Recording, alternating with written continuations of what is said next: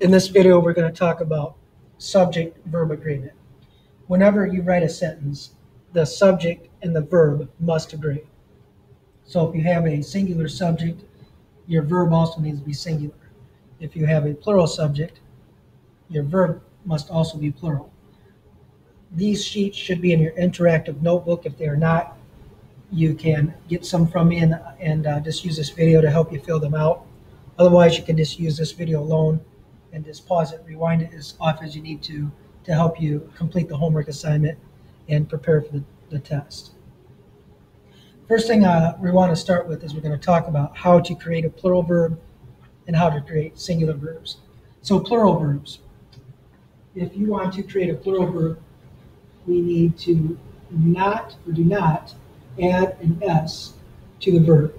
And this can seem pretty confusing if you really think about it, because if I say truck, truck is a noun, and this is actually singular. If I have trucks, still a noun, but this time it's plural. So notice how nouns we do add an S to make it plural. Verbs are just the opposite. So verbs are just the opposite of nouns. So if I say they walk to the store, notice how walk is our verb. It follows our rule because there's no S on it. And the reason walk is plural because our subject is plural. We have the subject, it's the pronoun they, it's more than one person. The good thing about these rules is they just really come naturally to most of us. So most of us wouldn't say they walks to the store, it just doesn't sound correct. So this is one of these times we can just kind of go by if it sounds right. Remember, linking verbs are verbs that you can put an equal sign in for, and they describe a condition or state of being. There are plural and singular linking verbs. There's a lot of them. We're just going to talk about three. So the plural linking verb is have, were, seen, am, are would be another one. Okay, all those are plural. So if I say my teacher and his family are going on vacation, notice this is actually helping going, but notice how this is plural. Okay, this follows a rule because our subject is plural. We have two people here. We have teacher and his family. So we need a plural verb. Let's talk about singular verbs. So singular verbs, the rule is just the opposite. So if you have a singular verb, you need to add an S. So with this sentence, this is the same as our plural sentence, except we have he walks to the store. We have our singular verb. Notice how it has our S. Notice the reason it's singular because we have one person, he. And we need a verb. Just like there are plural linking verbs, there are also plural or singular linking verbs. So have is a plural linking verb, has is a singular linking verb.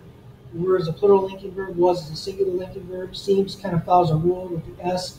And then if we have are as our plural, is would be our singular linking verb. So for an example, if everyone is hungry, this is our singular linking verb. The reason it is singular is because our subject is singular, because we're talking about every single person. This is one of these singular antecedents, the ones we worked on with the pronouns, where we choose his or her instead of they. We'll talk about this a little bit more later on. Now that we have our rules for making singular verbs, let's talk about when to use singular and plural verbs. Now this probably is definitely review, but just in case you're unsure of what plural means more than one. So these verbs are the verbs that we're going to use when there's more than one thing that we're talking about as our subject. So first rule, if you have a subject that's plural, you need a verb that's plural. This one's pretty obvious. So if we say the newspapers are old, notice our subject is newspapers. We have more than one newspaper because it has an S, it's a noun. Remember, nouns do have an S when they're plural. Verbs do not have an S. Our verb is are. This is a plural linking verb. Newspapers equals old. So this sentence agrees with each other. This is a good sentence. Second rule for when to use a plural verb. Use a plural verb when the subject is composed of two or more nouns or pronouns. And this is the key part. It's connected with and. So if I say my sister and I are going to the movies, notice how my subject, my sister and I, that's a plural subject because we have more than one, and it's linked together by this keyword and. our verb also needs to be plural. Are is a verb. It's actually helping, going. And are is a plural form of is. So plural verbs, there's only 2 rules. Singular verbs are a few more rules than 2. So let's take a look at which is singular verbs. So singular, of course, we mean when the subject is one. So the first rule is kind of the opposite of the first rule of plural verbs. If the singular or the subject is singular, we need a singular verb. So if I say Allison sits alone, notice how Allison is our subject, is one person. So I need a singular verb sits. Notice how it follows a rule because it has an S on the end of it. So it's a singular verb. Again, with these rules, most of them just come naturally. They just sound right. Most people would not say Allison sit alone. It just doesn't sound right. So that kind of makes this a little simpler. Second rule. Now this rule number 2, this looks similar to rule number 2 for plural verbs. The rule is when 2 or more nouns or pronouns are connected, but this time notice how we're using or nor. So we're not using and, we're using or nor. So if I say, is your mom or dad home? Notice how we have mom or dad. We have that keyword or. And our verb, this is kind of a different sentence because our verb is actually coming at the beginning of a sentence, and our verb is.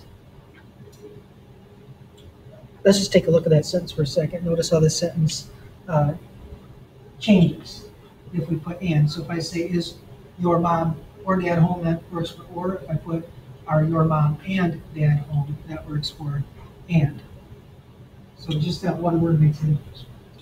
Rule number 3, we're not going to talk about this too much in 6th grade, but rule number 3, if you're talking about a sum of money or a period of time, this is always singular. So if I say $8 is a lot of money, notice how we have our money, we need a singular verb is. Or if I say 4 hours, it's time, we need a singular verb. Next thing we're going to talk about is rule of 4, collective nouns that describe a group. So these nouns, when you really look at the actual nouns, if you look at it, it sounds like more than one, like family. There's more than one person in a family, team, club. But when we talk about these, it's just one group. So family just like one family, team just like one team. So if we use a collective noun like this, we need to have a singular verb. So if I say something like this class is the best, notice we have a collective noun. Class, we use is. Singular verb. Also notice that, again, this is one of these rules where it just sounds correct. We wouldn't say this class are the best. It just doesn't sound right. Last but not least, it takes us to our singular antecedents. As we said before, these antecedents are the ones that we talk about with pronouns. They're the antecedents on this table, where these are just singular antecedents, same as the pronouns. And if you see one of these in a sentence, we need a singular verb. Nobody eats the cake. Notice how we have singular antecedents.